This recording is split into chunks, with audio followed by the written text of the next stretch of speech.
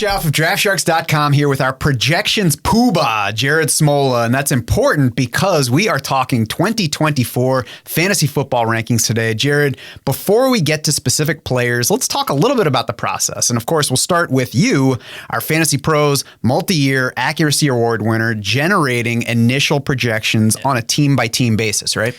Yeah, projections are definitely the foundation of our rankings. And I think you need to have projections as the foundation of any good set of rankings. There's just too many variables in this game of fantasy football to do rankings based on feel. You need to kind of get your hands there to get into the numbers, and that's what we do every offseason. Really, right after the Super Bowl, our initial projections are released. We update these things, obviously every single day as needed leading up to week one. So yeah, we do start at the team level with, overarching metrics like offensive snaps, run, pass run rate, sack rate. And that gives us, a total number of pass attempts and rush attempts for each team that then we can start divvying among the players. So then we're looking at things like rush attempt share, target share. And then finally, we can apply some of the efficiency metrics, catch rate, yards per catch, yards per carry, touchdown rate. And that gives us our baseline set of projections. And another reason projections are important, and we'll get into this in this show, is having player projections allows you to then adjust rankings by scoring format, right? So how a player compares in PPR versus half PPR versus non-PPR, that can really change, and having projections allows us to do that. Right. Those rankings should all look different by format. And, even smaller variations in scoring can make big differences in how you should draft. You mentioned the base projections. We also include floor and ceiling projections because we know that not every player is going to go exactly how we say he's going to go. We want to look at the full range. We then add in consensus projections from 38 other fantasy sites into our process once all of those numbers are in the site. And the result is 3D values that really drive our actual rankings on the site, combining all those factors, the baseline projections, the upside of every player, the market consensus on that player. So you get a full picture of that player's value. Yeah, know that there's a lot going on behind the scenes, but we wanted to give you folks a pretty simple metric to look at to determine player value. And these 3D values are scaled from 0 up to 100. So 100 is the most valuable player in your league. 0 is the worst rostered player in your league. And then, up from there, you can kind of start comparing guys, obviously at the same position, but across positions. That's where the 3D values really are useful. Yeah, and of course, that's where value-based drafting is based. I mean, you need that to be able to draft across positions. Of course, your best set of rankings is going to come from syncing your league, creating your draft war room. That customizes those 3D values that Jared is talking about, fits them to your exact format, and then those values update dynamically as you draft. So every time you're up on the clock, you're like, okay, this is the best player for this turn. You're not just crossing a name off and taking the next one. So we've got that out of the way. We know how we get these rankings. People want to know about the players now. So let's do it by position. We'll start with quarterback, and it starts at the top because I think Jalen Hurts is an interesting one to talk about. He's our number one quarterback. He's not number one in QB ADP. He's at least behind Josh Allen. A lot of places he's also behind Patrick Mahomes, and I think that's probably a mistake if you're drafting them that way. I think Mahomes is a mistake for sure. If you look at our 3D values, it's kind of Allen and Hurts as a top tier alone. Yep. I mean, we have Hurts 5 3D value points ahead of Josh Allen. So I wouldn't, kill anyone for taking Allen first, but we do like that's Hurts. Good. We don't support murder around here, just to be clear. Well, it's a serious thing we're talking about. Josh Allen loses Steph Diggs and Gabe Davis. Jalen Hurts gains Saquon Barkley. Jalen Hurts also, I think, gains offensive coordinator Kellen Moore, who I think is going to be an upgrade for this offense, specifically in pace. I think you look at Kellen Moore, all 5 of his NFL offenses have ranked top 4 in pace. The Eagles last year were 18th in pace. That means more plays. More plays means more fantasy points. So I just think Hurts and Allen were close last year. I think Hurts looks like he's in a better situation heading into 2024. Allen looks like he's in a slightly worse situation. Yeah, and you mentioned the OC in Philly. Buffalo also switched OCs during last season. I think Joe Brady is not a help and might end up being a hindrance, but all of that is why I would have Jalen Hurts ahead of Josh Allen. I agree with you that if somebody's like, nah, I'm going to take Josh Allen because he's been number one like every year, then I'm like, yeah, that's true. He very well might stay there, and it's just fine if you want to start with him. Joe Burrow over CJ Stroud among those top 10 quarterbacks, I think, is another interesting one. CJ Stroud has been a favorite throughout draft season so far. It's not hard to understand why. He had an amazing rookie season, and then his team added Stephon Diggs. He's got young wideouts in Nico Collins and Tank Dell. So there's a lot going on there that sets things up well for CJ Stroud. My problem with him, where he's going this year, is if you look around him, pretty much everybody can also run in addition to throwing the ball. CJ Stroud doesn't. So he needs to do more than passing to live up to his billing from where he is in ADP. Yeah, and that's sort of the interesting point comparing Stroud and Burrow, because again, you look at our projections, they're super close. The difference here, though, is you're going to see Stroud go around maybe like 2 full rounds ahead of Joe Burrow in fantasy drafts. And if that's the case, I think Burrow is a much better value. To me, the big difference between these two is pass volume. When you look at our projections, we have Stroud for 36.3 pass attempts per game, Joe Burrow for 37.6, over a full pass attempt per game, which might not sound like a lot, but it is when you expand that over 17 games and run all the yards per attempt, pass touchdown rate, all that stuff with the added 1.3 pass attempts. And I feel more confident that Burrow will reach the level we haven't projected at. Stroud could beat his projection, but the Texans are going to have to kind of change their offense. Last year, they were just 12th in the league in pass attempts. They were 19th in pass rate over expected. The Bengals, under Burrow, have kind of consistently been near the top of the league in pass rate. They've actually been second in pass rate over expected each of the last 2 years. Joe Mixon gone, heads to Houston. I don't think that's going to make the Bengals pass less. It might make them pass even more, if anything. Yeah, and you mentioned market cost. I've seen Joe Burrow slide down in ADP in my drafts on Drafters. So we'll see as we get more redraft data in if his ADP comes down even further. I certainly think that Joe Burrow looks like a good value, kind of like hey, I can wait because Joe Burrow's still on the board kind of play.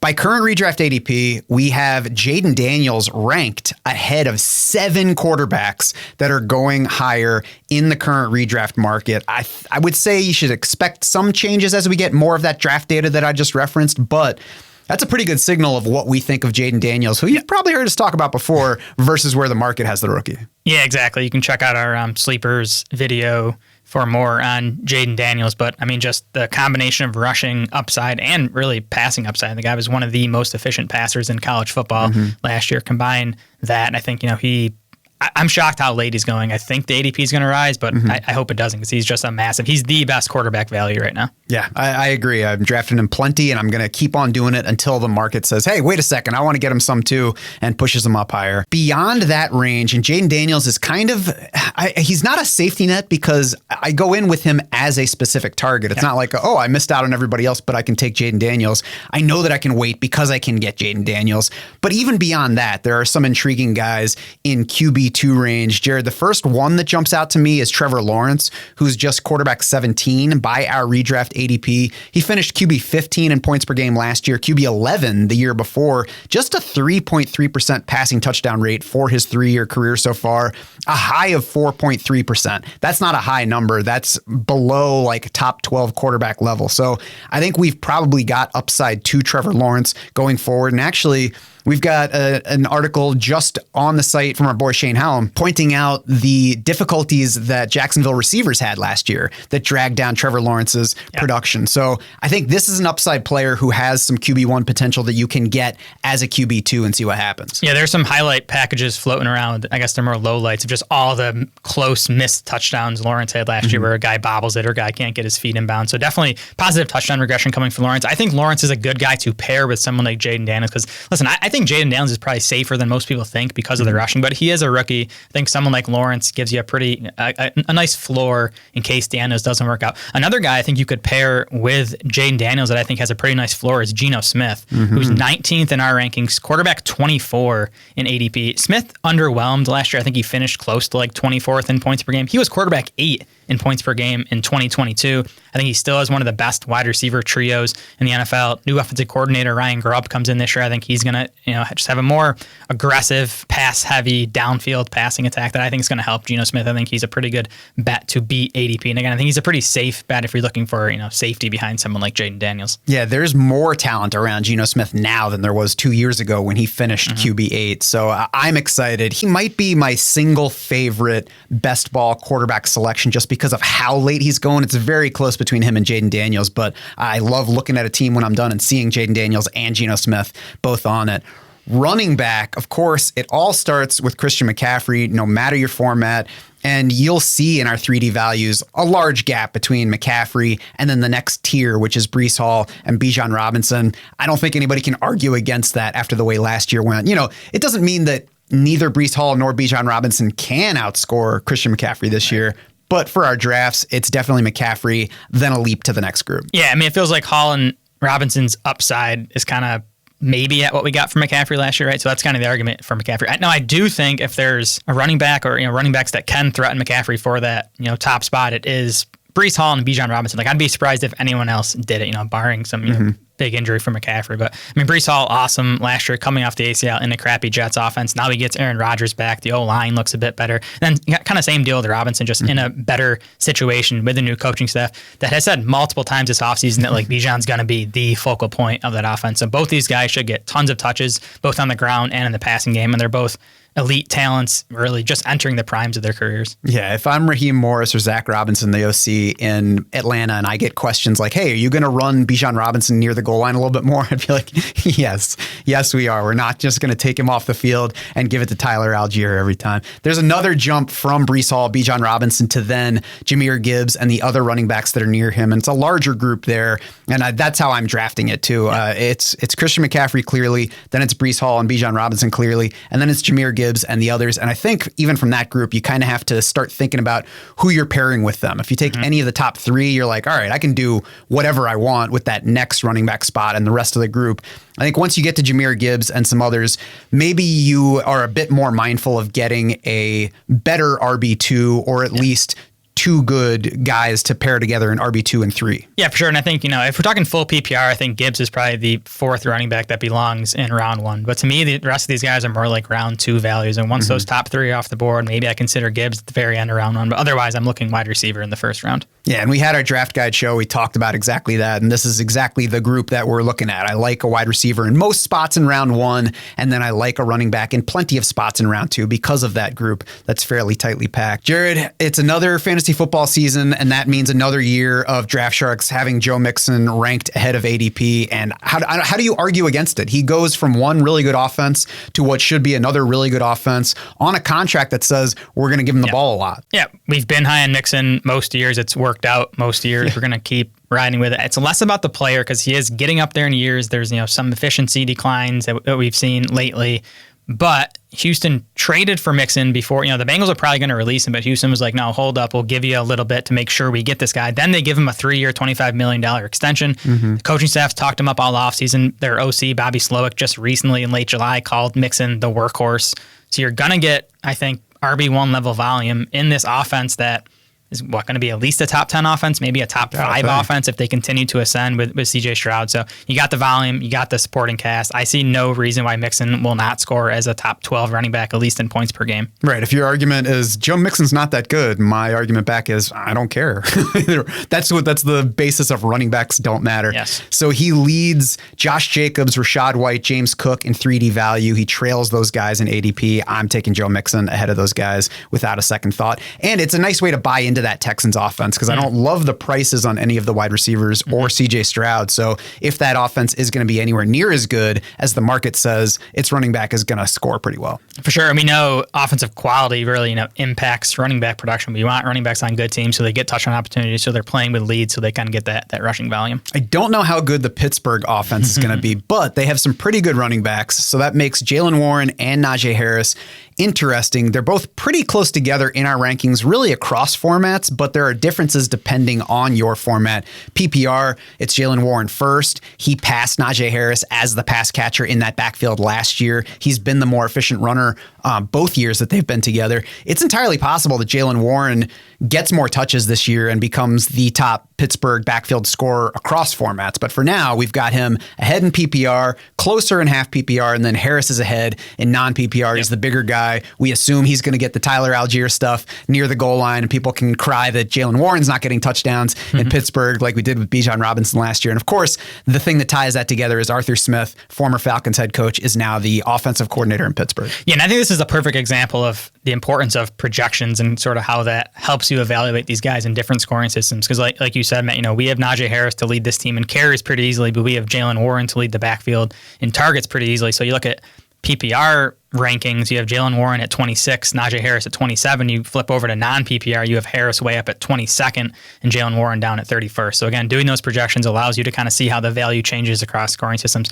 But really, I do think both these guys are good values, and it's because of Arthur Smith. It's because the Steelers have a really weak pass-catching core. So I think this team could lead the NFL in rushing attempts. And, Harris and Warren are going to get the vast majority of those carries. So I think both these guys could pay off at ADP. They're both kind of going in RB3 range in drafts. Yeah, we've seen running back heavy offenses on teams in Tennessee and Atlanta that had better talent at the wide receiver and tight end spots than these Steelers do. So there should be plenty of RB points there. We'll see exactly how we harvest them.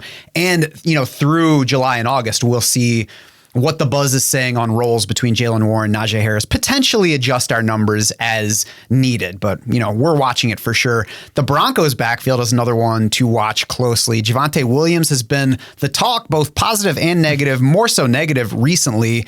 He's been way ahead of the rest of the group in our rankings since the initial ones came out. We adjusted that down a little bit recently for some risk factors because he is still risky. He's still in the wake of that knee injury. He's much further removed from it now, so he should be less affected by it now 2 seasons away. But that's a risk factor. A crowded backfield's a risk factor. It is year 2 under Sean Payton, so we'll see exactly how the backfield is working out. But even with that adjustment, we still have Javonte Williams ahead of ADP. Yeah, for sure. I think Javonte Williams has a super wide range of outcomes this season. It really comes down to if he's over that 2022 knee injury that I think obviously was a factor last year. All his efficiency metrics were down. So if he doesn't bounce back, he's in trouble, and he might be a guy who's not even fantasy relevant by midway through the season. If he does bounce back, I think there's still top 20, maybe even top 15 upside here. Just the talent he was coming out. Sean Payton's offenses have regularly been really friendly to running back production. Even last year, the Denver offense was not good last year. The Broncos as a team ranked 6th in total running back PPR points. There were a lot of points to go around here. Now, I do think you look at Peyton's history, he also uses 2 and sometimes 3 running backs. And I think that's going to continue to be the case with guys like Jaleel McLaughlin, Audric Estime. I do think they're going to be involved. But again, if Williams is healthy and something close to pre-injury form, I think he's the most talented guy in this backfield. He's the guy with the size to handle a heavy workload with the pass catching ability as well. So he's the upside bet. And if Williams is going in round 10, I think the reward outweighs the potential risk at a price tag like that. Yeah, even if he's going in round 8, in some places even round 7, there's not a whole lot of risk to taking a potential starting running back at that level. And a big part of that PPR scoring you mentioned from last year is a ton of receptions. We saw that in New Orleans. We saw that in the first year in Denver, where they led the league in running back receptions.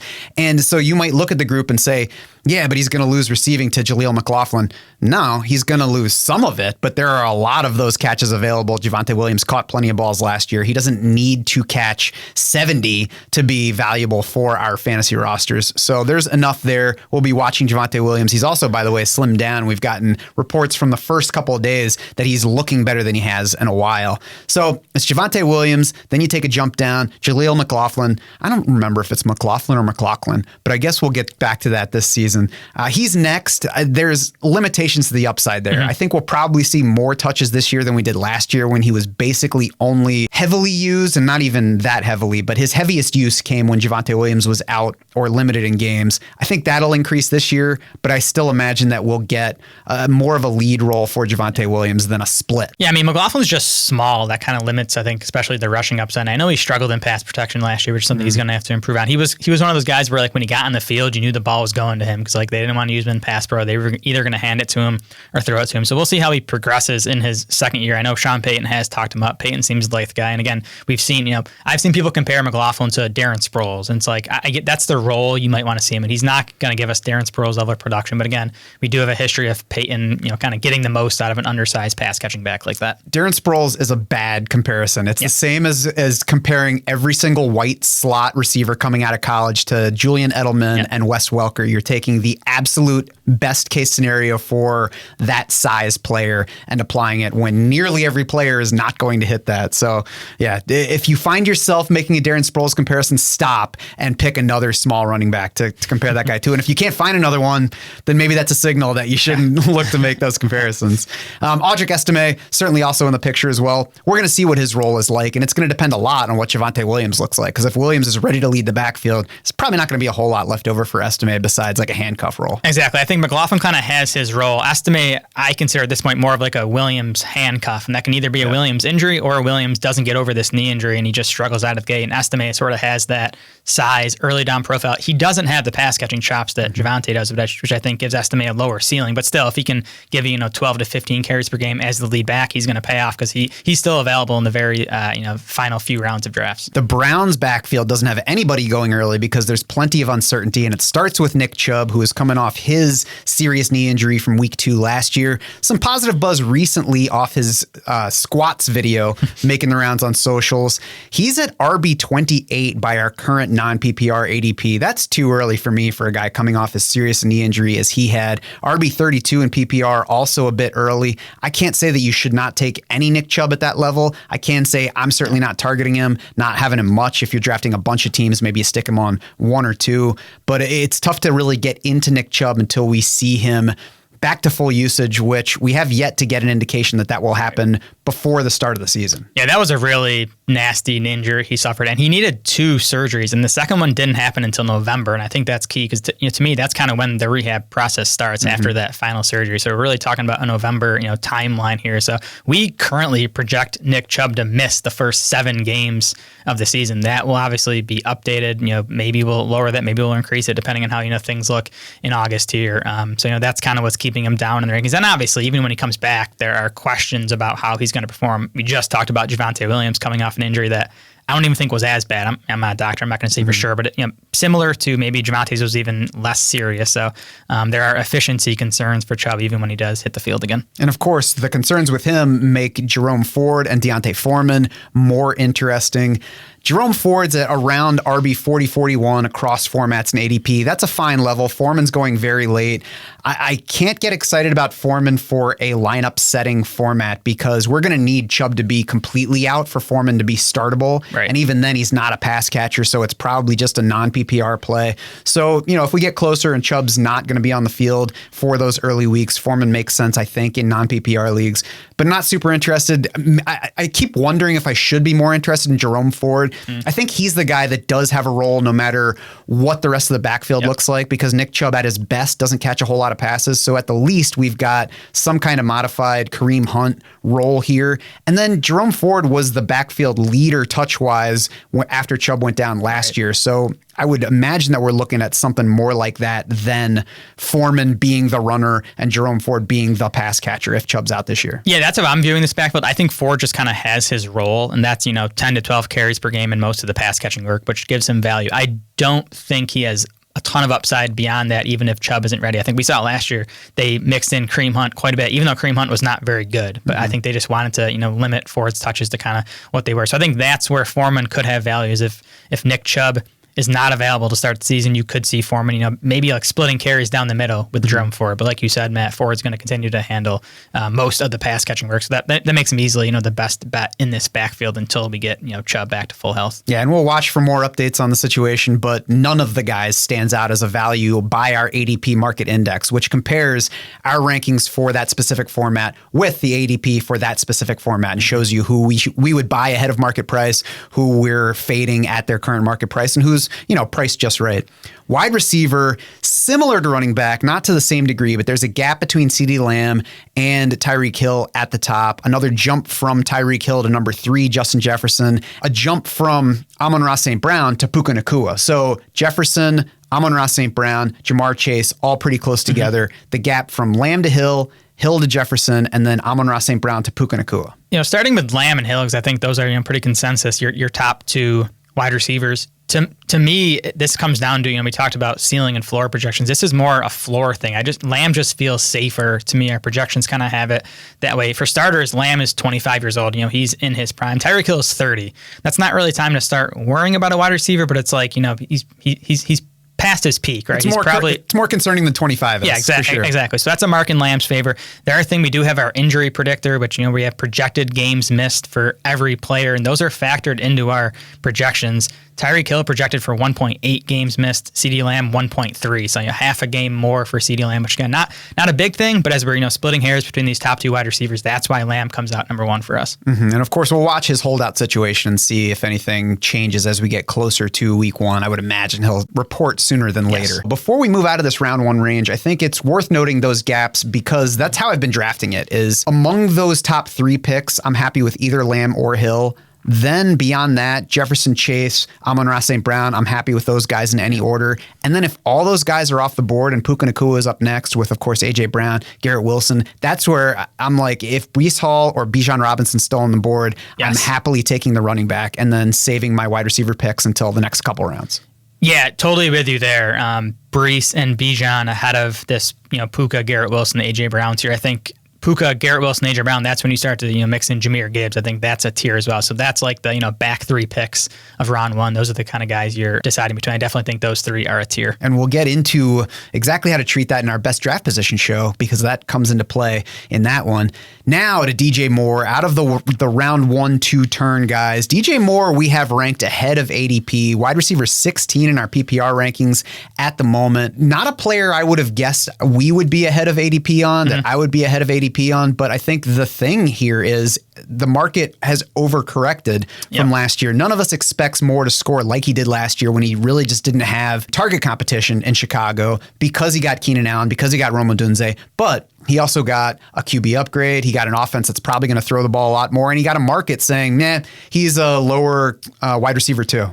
Right. Another case where I think doing projections is valuable because I think you can overlook the extent to which Moore's situation has improved when you look at the passing volume increase that we're going to see in Chicago. I mean, this was a team that was bottom 5 in pass attempts last year. I think they're going to at least be middle of the pack this year, and they can maybe even climb towards the top 10. And obviously, what we project as which I feel comfortable saying is going to be a pretty big quarterback upgrade to Caleb Williams. So. Yes, we have DJ Moore's target share coming down. We still haven't projected for a 24% target share, which would match his lowest in the last 5 years. So we do still have his target share coming down with Keenan Allen and Rome Odunze added to the mix. But you layer on the increase in pass attempts and what should be an increase in efficiency, and you kind of get more is what I feel. I'm with you. I'm surprised we're ahead of ADP, but I'm fine with it because I think our projections on Moore are pretty tight. And you might say, yeah, but you guys probably just like Moore too much and hate the other guys. We don't have Keenan Allen or Rome Odunze low versus the market either. Yeah, exactly. It's just I think people underrating the situation in Chicago as they kind of shift in offensive coordinators and quarterback. I mentioned not liking the prices on Texans receivers. We're below market on Nico Collins, below market on Stephon Diggs. I think Tank Dell is the best bet just based on what you're going to have to pay to get any of them if you do want to make sure to take a Texans receiver and get in if that offense continues to climb. We have Tank Dell third, and I think it makes sense to do so. I don't think it's out of the realm of possibility for him to be the top scoring Houston receiver by the end of the season. Again, not the top bet, but he did it as a rookie. He scored wonderfully as a rookie. Didn't even open the season with as big a role as he quickly took on thereafter. So, again, part of why I don't like them is they're all going early and you have to bet heavily on something, and I'm not willing to bet heavily on any of them, but I'm willing to take that shot on Tank Dell and see what happens. Yeah, this is definitely, it's uncomfortable to say we're out of them is probably strong. Because I'm mixing in these Texans guys because I definitely see the upside to all of them. But, it is tough. Again, it's a target share thing. Like there's only so many targets to go around, and these guys are all three good wide receivers.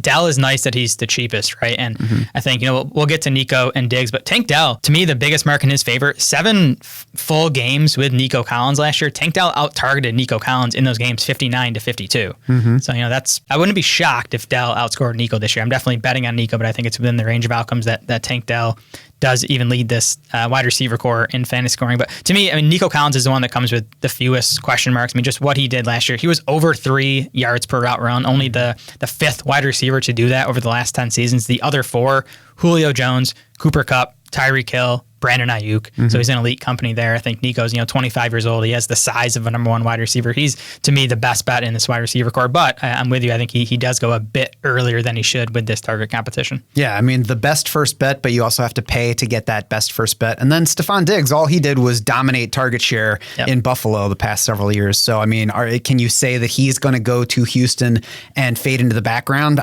He's certainly not somebody who's willing to fade into the background. So if Houston tries to do that, they might have trouble comfortable in the locker room. But, all of that, you can make the case for any of the three guys, and that's what makes me a little uncomfortable betting heavily on any of them. For sure, yeah. And I think, Diggs is a little tricky because we did see declines in a lot of his efficiency metrics over the second half of the season. And he does turn 31 in November, so he's getting up there, into that age we have to start to kind of worry.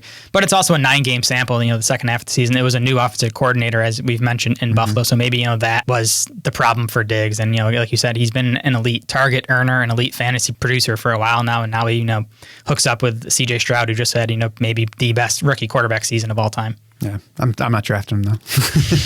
Elsewhere in the wide receiver rankings, a little further down, Chris Godwin, DeAndre Hopkins, Deontay Johnson, we all have ranked noticeably ahead of ADP. Jared, I hope that the camp opening buzz on Deontay Johnson doesn't change the market to the point where that becomes untrue, but all three of these guys are targets for me in the range where they're going and reasons that you can take running back a little bit earlier than updating wisdom might be telling you that you should be drafting running back. Well, we're like 10 spots ahead of ADP, 10 wide receiver spots ahead of ADP on Deontay, so he'll have to climb quite a bit to not be available. To me, I look at these three names, and the theme to me is these guys earn targets. I think they're strong volume bets. They have been in the past, and they will be again this year. I mean, Chris Godwin, I know he disappointed in fantasy scoring last year because he just didn't score touchdowns, but he was 19th among wide receivers in targets last year. I see no reason for that to change. Pretty similar situation in Tampa Bay. DeAndre Hopkins, 13th among wide receivers in targets last year. Yes, he has more target competition now with Calvin Ridley, but yes, the Titans are going to throw it a lot more this year. So I think Hopkins is a good target bet. And then Deontay Johnson had some injuries last year, but he had topped 140 targets in 3 straight seasons prior to last year on strong target share. So I just think volume-wise, volume is the biggest driver of fantasy production. Volume-wise, these guys are all strong values based on how we project them target-wise versus their ADP. If you're looking for wide receiver upside, the further you get into your draft, there are different ways to get to it, but the best way is to take somebody who has a shot to lead his team in targets, and certainly somebody that looks like a strong bet to lead his team in targets. Mike Williams is not that guy, Jared, but he's the last wide receiver here. What's his upside case, and what do you think about him versus market? Yeah, I continue to be surprised how late Mike Williams goes in fantasy drafts. I mean, we know the downside. He's coming off an ACL, right? But it was a early season ACL. I believe it was September. It might have been early October, but that gives him a good chance. Yeah, that gives him a good chance to be close to 100% by the start of the season. We have a guy who has 3 straight top 24 wide receiver finishes and half PPR points per game. I think he has a clear path to the number 2 wide receiver job in New York, right, once he's healthy behind Garrett Wilson. He's 29 years old, so you're not like a worrisome age yet. 10% career touchdown rate. We know Mike Williams throughout his career has been a big touchdown scorer. And then he hooks up with Aaron Rodgers, who 6.2% career passing touchdown rate leads all quarterbacks since the merger in 1970. So we have an elite touchdown passer with a guy who's been an elite touchdown scorer throughout his career. I think you can get Mike Williams as your wide receiver 5 pretty easily. I think he's a nice guy. Put him on your bench for the first month of the season. You're probably not going to want to trust him to start coming off the ACL. But I think by October he could be a guy who's like a weekly wide receiver 3 in our rankings. Yeah, I certainly can't argue against him as a bench option. Over to tight end, and we have Travis Kelce number 1. That seems to be contrarian at this point. We've got plenty of Sam Laporta at number 1. There are folks who like Trey McBride at the top of the tight end board this year. We've got Travis Kelce number 1 still. It's not by a huge gap. It's not really that big a stand. It's just saying we've gotten this production from Travis Kelce every year. Last year was a down season. It was still tied for the position lead in PPR points per game. So let's go ahead and keep betting on him, especially because he finished last year with a more Travis Kelce-esque playoff run. Like the second half of the NFL regular season, he maybe seemed like he was declining, and then they got to the playoffs and they're like, let's throw 800 targets at Travis Kelce now that it counts. Yeah, I mean, the age is the worry with Kelce, but what he's produced at ages the past couple of years, he's already an outlier. Right. We see these elite, Hall of Fame level tight ends produced late into their careers. Tony Gonzalez is a name that pops to me where he produced into his mid 30s. Travis Kelce also has the advantage of playing with Patrick Mahomes. So even if he does decline a little bit, I think Mahomes can help prop him up. I think this is still going to be a top 3 offense in the NFL. But yeah, there's not a big gap between Kelce and these other guys in our rankings. And those other guys to me are Sam Laporta, Trey McBride, Mark Andrews, and even Dalton Kincaid, I think is, potentially in that tier, maybe in a tier of his own, but he's definitely, the tight end 5 for me. So really, I'm kind of letting the draft determine which of these guys I'm targeting. The one that slips to the 4th or 5th one off the board, or if I'm looking to stack, that might sway my decision as well. But I do like targeting this elite tier of tight ends. I think they're all pretty good values, but I do think it's kind of just like one big tier. Yeah, and even beyond that, there are smaller gaps to the next tiers at the position than we talked about at the other positions. And to me, there's no must tier break. There's no point where I'm like, I got to get my tight end by this point. I think that they really fit whatever else you're doing. If you reach a turn where you don't like wide receiver or running back and you're not ready for a quarterback or don't like the options there, you can take whatever tight end is at that point, because Kyle Pitts makes sense where he is. George Kittle is fine where he is. David Njoku, Jake Ferguson, all those guys fit fine. Evan Ingram might be underrated based on the target potential that he has showed the past 2 years and carries into this season. So it's really an easy position to fit with what you're trying to do otherwise in the draft. There's some effect from projected missed games. You talked about the Sports Injury Predictor previously. If you look at the rankings, you might see some guys not quite matching up in order with their stat projections. I know Pat Freiermuth is somebody who's limited a bit because he's projected to miss 3 games by our SIP algorithm. You can also sort on the rankings pages by points per game. So maybe you can see somebody that you can stash as a tight end 2, or even in another position, somebody that makes sense on your bench because even the projections there, if they seem low, it signals more upside than what his initial ranking might indicate. Yeah, I mean, ultimately, points per game is just as important as total fantasy points, if not more important, right? And we should mention, we do have what we call replacement points for when these guys are projected to miss games. So let's just say, I'm not sure what the number is on Freiermuth, but if he's projected to miss 3 games, we'll take a number of fantasy points we think you could grab off the waiver wire at tight end and give those points to Freiermuth for those 3 games. That's, simulating the fact that you're not taking a 0 for Freiermuth in lineup setting leagues when he misses games. You're putting someone else, potentially off the waiver wire or your bench into the lineup there. So these guys aren't, really taking zeros for these games missed, but it does knock them down the rankings. TJ Hawkinson knocked down the rankings from how he produced last year, and he has to be after he finished last season with a pretty serious knee injury. He started draft season way too high in ADP, but that has come way down in best ball drafting. So currently, if you look at our redraft ADP page, it still says TJ Hawkinson is not a value because it has him 13th among tight ends. But if you switch over to the best ball ADP page and check that market index, he's a value there because he's going significantly later in best ball drafts right now. He started out higher than where we have him ranked, but he dropped below. So we went from not liking him versus the market to liking him versus the market. And that's how I've been drafting it. And I don't think there's been anything news-wise that really should have changed his ADP. I mean, we've kind of projected, I believe we have Hawkinson projected to miss the first 4 games of the season. And that's kind of been where we've been at all along. There's been nothing to, change our mind on that. There might be, as we get deeper into August, we'll see. But kind of the first 4 games is what we have him projected for right now. I think Hawkinson's value does change based on league format. I think if you're talking something like underdog or one of these best ball tournaments, I think he gains some value because you do want these guys for the end of the season because that's what all the money is. And Hawkinson, barring another injury, is going to be out there for those final few weeks of the season.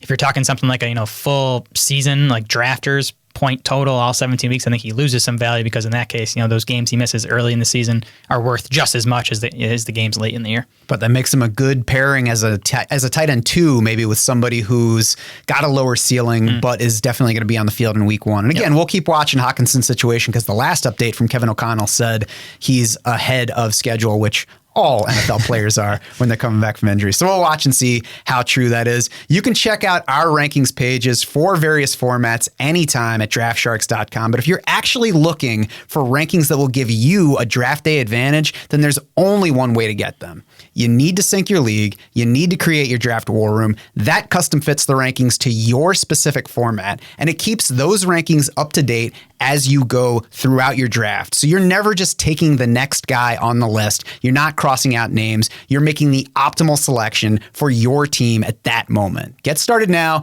at draftsharks.com and let us be your unfair advantage.